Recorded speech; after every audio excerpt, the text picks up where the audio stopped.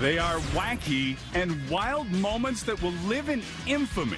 Here's Mike Kane, and these guys are in their 70s. CFL craziness from fan interference Just as a matter of course, I stuck my foot out. to unforgettable fumbles. He's going to be on the blooper reel for 100 years. And how could you ever run out of footballs? If someone happens to have a ball, if they could bring it down to the field, please. The top 10 wackiest moments in CFL history are next. We stand on guard for thee.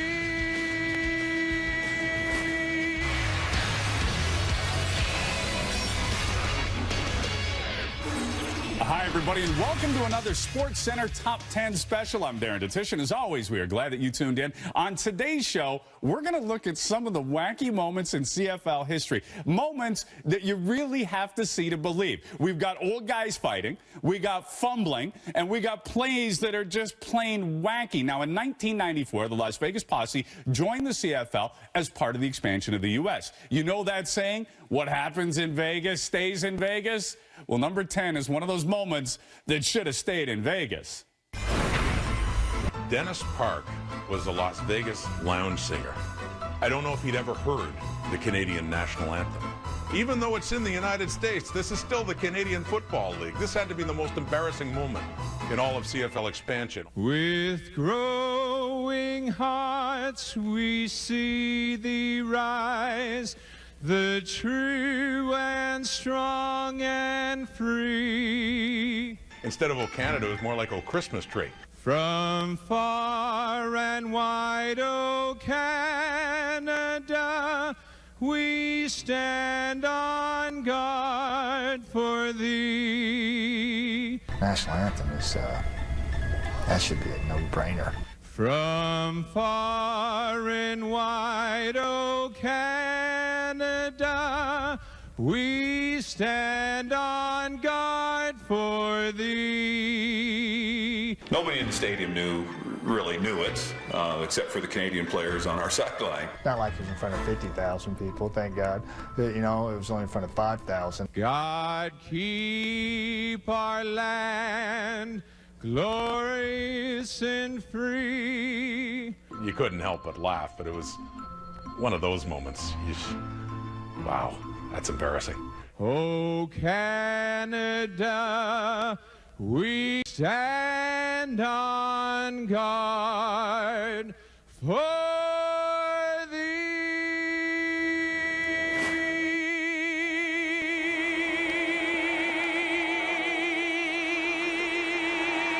I actually thought it was pretty funny.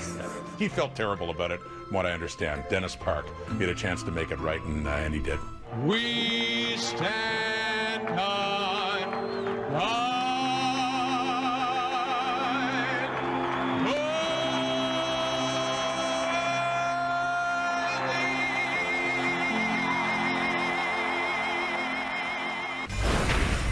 Honestly, the first thing that went through my mind was, what's going on? You know, I mean, does everybody realize, you know, this game's over? We won the Grey Cup here. 2nd and 31 yards. Now he throws downfield.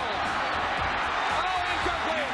Intended for Ben Cahoon. Look at the reaction. Well, the head coach, Machocha, celebrating already. When I was the only one that was celebrating, I came to the conclusion quite quickly that there's something wrong here, and I may have messed this thing up. But there's still one down left.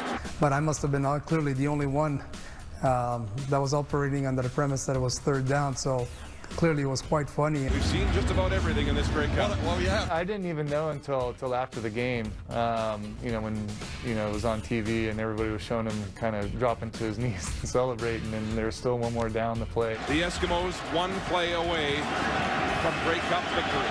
Calvillo facing the blitz, in trouble, rolling away, desperation, kicks it away, ball in play, A.J. Gass has it, flags are down, that's it, and Danny Machocha, the rookie head coach, wins his first Grey Cup.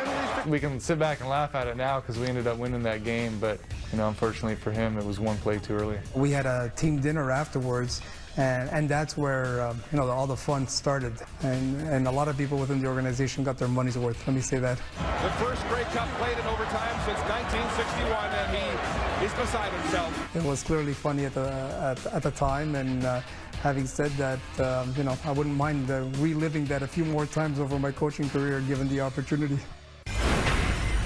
It was just a crazy windy day. I've never kicked in conditions like that. 3rd and 2, and Jim Pop does send the field goal unit on. It's been an adventure for Sean White of late. Just coming out of the hotel that day, you just see the wind. I was just, oh no, it's going to be one of those days. 2 yards out. And White able to put that through, but there are flags on the field. I made that one, but someone lined off wrong. We had an illegal formation, so we had to re-kick. So I'm like, oh, this could be a problem. Is kicking into a stiff breeze, but still from 27 yards out.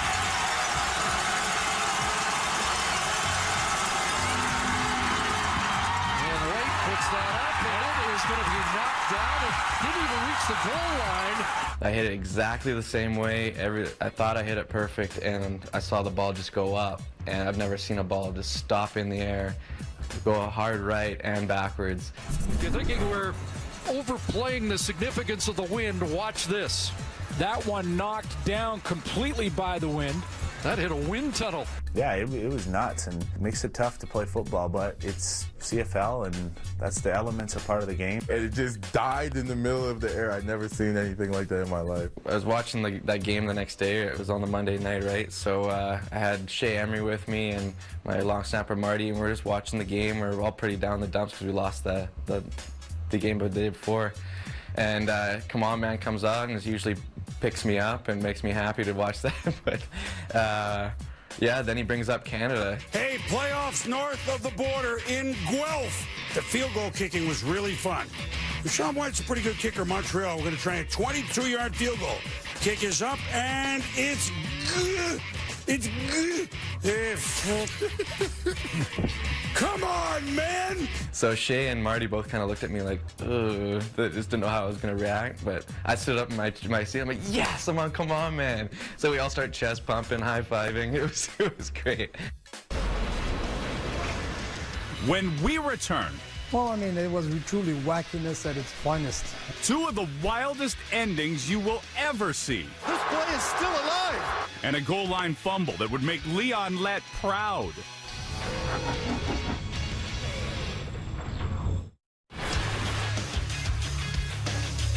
Welcome back to the show. In our last segment, we watched Danny Machocha celebrate the Grey Cup one play too early. The following season, he was at it again as his Eskimos visited Regina and appeared to have this one wrapped up with just a few ticks left on the clock remaining. But as Yogi Berra once said, it ain't over until it's over. Here are wacky moments 7 through 5. Oh, I mean, it was truly wackiness at its finest. Edmonton hasn't won here since 2001, and they're one play away from changing all of that. What are the chances that you're possibly going to lose this football game? I would think, they're slim to none, and Slim is about to leave the building here. That's when all the excitement started to kick in. We'll see what happens here. Edmonton pressures it forward. Butler steps up, and he's going to be sacked. We started walking on the field, and the crowd was going, and then there was just a huge huddle of all the linemen, and the quarterback was on the ground, and then... Play's still alive. Butler is going to rear back. He pitches now to Kenton Keith. Keith still going. Keith still going with it. His throw is not over yet. They lateral it back, this time to Andy Fantuz. Fantuz laterals. This is a lateral. This play is still alive. Now I'm starting to wonder, this can't actually be happening to us. It's Grant, and he throws it back to Kenton Keith.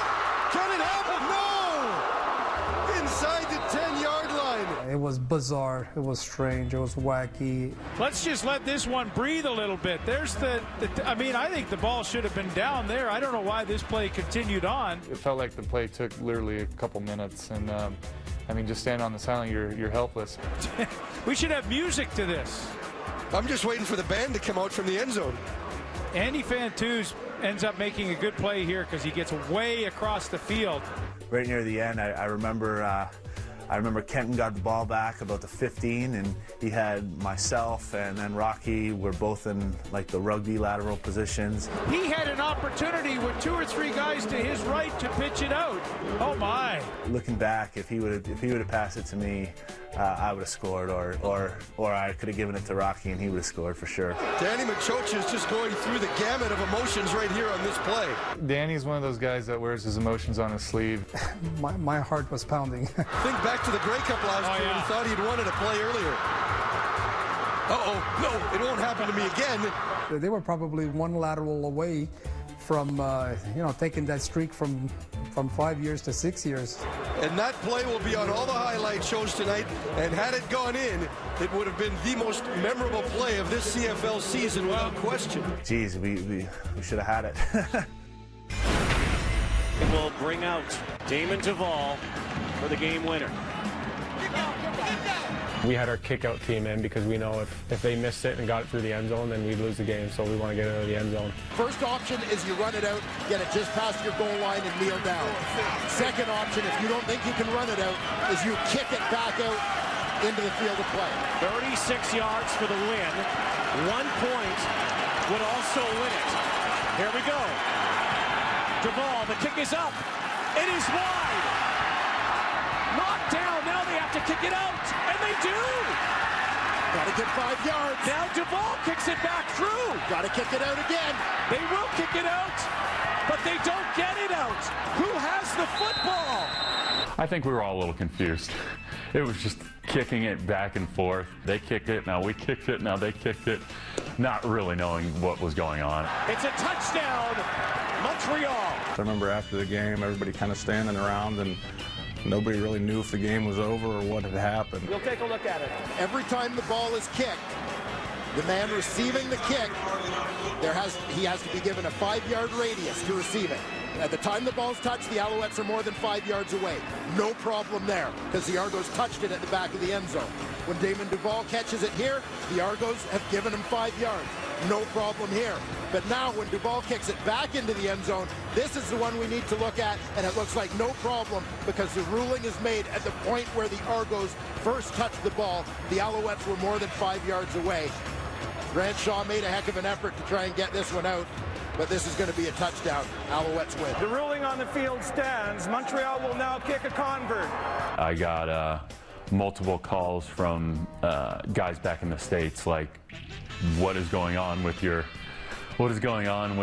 Canadian League? So it was upsetting to lose that game, but looking back on it now, it was fun to be part of it. A bizarre way to end the football game. This guy is going to be on highlight reels for a long time. We all make mistakes. Some mistakes are just more visible than others. Trying to get to the red zone. Pump fake. Critters in trouble. Fumble the football.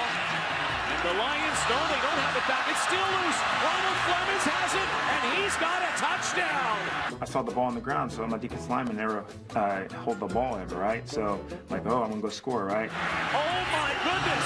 You better pick it up. He fumbled the ball at the goal line. I don't know how it got loose from him. My man Ron, how'd it happen, brother? When I changed speeds, I guess, the ball came out right before the end zone. I think Ronald Flemings fumbled the ball before we got to the end zone. Yeah, that's why we don't carry the ball, right? You know, that's why we're big guys go after the quarterback. We're going to take a look at this right away and see if Ronald Flemings lost the ball before he breaks the plane of the goal line or not. Oh, he lost it. Ball's out. That's a fumble. How could that have possibly happened? That runs through my mind all the time. Yeah, I blew that chance. Ronald Flemings had a touchdown and lost the football. Of course, you're a little embarrassed and stuff. This is unbelievable. I just messed up. That's all it is. I just fell in my hands. That's all that happened. One of the most ridiculous plays of the season. Later on in the locker room, we definitely had some fun with him. There might have been some Leon Lett whispers in his ear. Can you say Leon Lett? That is crazy. Yeah, we definitely still be giving to him. You know, we definitely still to this day. If I saw Ron now, I don't think I'd bring it up at all. First week I was probably kind of upset about it, or you know, kind of like a little touchy about it. But after that, it's kind of like whatever, man. You know. He's gonna be on the blooper reel for 100 years. Definitely that. Still ahead, we go old school for some wacky moments that should never happen in professional sports. Things happened in that game that never happened before.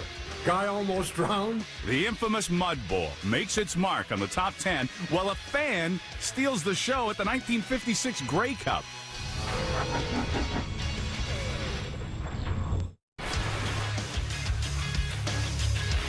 Welcome back to the show. There really is something special about the early days of sports before it became a big, big business. Athletes truly played for the love of game, and if something crazy happened, it was usually quickly forgotten. These next two moments from the 1950s are priceless. If they occurred in today's era, Twitter would explode. 1956 Grey Cup, time remaining about 2 minutes and 50 seconds. Parker running wide, trying to get away from Dwyer. He does, he's over! He was looking back at the quarterback, and I just reached over and grabbed the ball out of his arm, and I think he was a little startled. There is general confusion here at this moment. The delay is undoubtedly occasioned by the fact that we don't have a football for the conversion. It was lost somewhere over on the far side of the field when Parker, going out of bounds after scoring the touchdown, dropped the ball. I think I had the odd adult beverage at that time, and it just seemed like the right thing to do. I just took it, and while I was still facing the field, put it up under my coat and turned around and walked away like nothing had happened. Whoever the stadium announcer was, I believe at Varsity Stadium, saying and sounding in classic 1950-ish announcer voice, if someone happens to have a ball, if they could bring it down to the field, please, or something like that. If somebody happens to have a spare football and is nearby Varsity Stadium in Toronto, you might run in and hand it to the officials, or they might put a helmet down and try booting that over. It's bizarre. That is just totally bizarre. Well, they somewhere along the line today have lost a total then of 18 pieces of pigskin. Can you imagine running out of footballs during a championship game? The ball game is over, ladies and gentlemen. The officials have decided to let the conversion go. Edmonton beat Montreal 51-27. That's what makes CFL history what it is. It's glorious.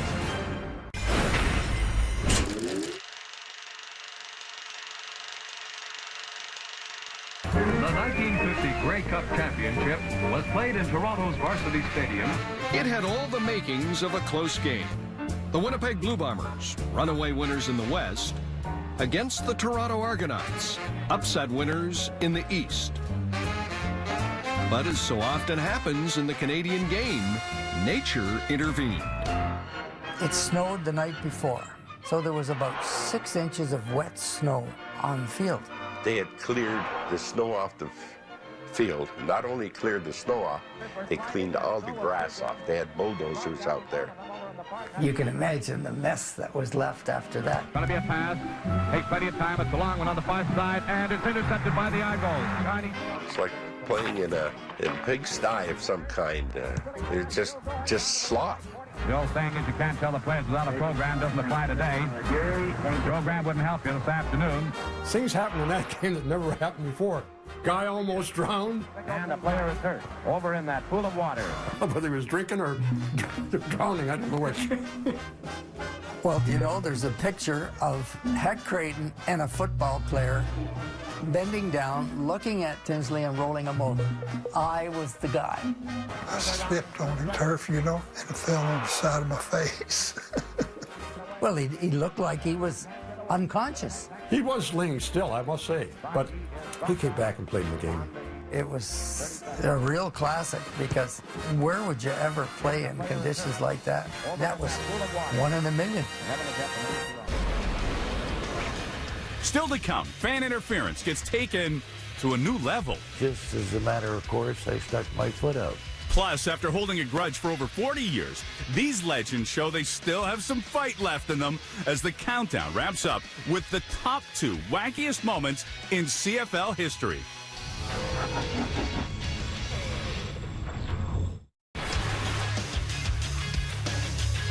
Welcome back. On to the top 2 wacky moments in CFL history. Now, the Canadian Football League has such a rich tradition that it is fitting that our top 2 moments surround 2 of the most controversial plays the league has ever known. The parties involved in the wacky moment from 1957 quickly resolved their differences, while the old war horses from 1963 have never made up. Well, I got in because a police officer loaned me his badge, and I said I was security, and that's how I got in. For Hamilton, This is a fake. He throws a pass, intended for Pitts. Intercepted by Ray Bubble. Who may go all the way again. He's going to be cut off near the sideline. He was tripped by a man standing in front of the Winnipeg bench. Bear in mind, I was a little impaired. Bobble has come back to the Winnipeg bench, and he is boiling, and no wonder. And just as a matter of course, I stuck my foot out. I thought it was one of the Winnipeg players, but found out it was a fan that was having a real good time. Can't get too mad at a guy like that. He fell down. I expected him to come back, throw his arms around me and say, "You have got to be the funniest guy in North America." Instead of that, he wanted to assault me. The fact that this was a man who works in the legal profession, who you would assume would have respect for the rules. Being a defense attorney and tripping somebody has nothing whatsoever to do with each other. I'd be interested to see him prosecute that case in the court of sporting law, that a fan, as a guy is running down the field, could trip a guy and stop a play. Bizarre. There's been many games where I've been standing on the sideline, both as a player or as a spectator, and thought about that. Thought about the fact that I can stick my foot out here and be as infamous as that guy. Thankfully, it doesn't happen very often, because there's nothing that would make you crazier as a player than to have that occur. I thought it was a very funny thing to do. And in fact, it was the only interesting part of the whole game. Joe Kapp and Angelo Moscot, these two came to blows at a Canadian Football League luncheon. The video of their fight has gone viral. I greeted Joe Kapp with, "Joe, baby, I haven't seen you in 48 years. And he says, "Go." We were supposed to be on the stage together, and so I took flowers up. I offered it to him, and he cussed at me. Well, I'm pretty well noted for not taking any. Finally, he dangled right in my face, and I took my cane and I whacked him. I got a cane shot to my side of my head. Obviously, you defend yourself. He punched me, and that's when I went down. And when I went down, he kicked me in the butt. Sportsmanship! I think it's completely idiotic. Well, we invited both players to the show. Joe Kapp said he didn't want to see this guy again. He didn't say no, he said hell no. He hit me on the side of the head with a cane. Is this the weapon? This is the weapon. Yeah. If you take this and I bang you on the side of the You head. think I'm going to stand someone there? What are we doing talking about a play 48 years ago? What are you doing fighting about a play 48 years ago? Well, I'm going to protect myself, I'll tell you. I've never carried this grudge. He's carried a grudge for 48 years. Yeah, I hold the grudge for a long time. It's the one thing we've never discussed, I'm pretty certain, is a fight between a pair of 70-year-old men. It's never happened, has it? No, these are unique 70-year-olds. As a grown man, I don't want another grown man presenting me with flowers either. Here's an offering some flowers. Get out of here! No, you take them. Here's my cane, and you go. If you're gonna give me something, give me a nice cigar. Give me a bottle of Crown Royal or something. Scotch. This is sad. I'm Angelo Moscot, and someone jams a flower in your face. You think I'm going to take that? You take a shot at me, I'm going to take a shot at you. Don't you grow out of this stuff at one point in time? I think that we should get more fights between 70-year-olds. Joe Kapp and Angie Mosca, two of the toughest players the CFL has ever known. That's crazy stuff. Thanks for joining us. We hope you enjoyed it.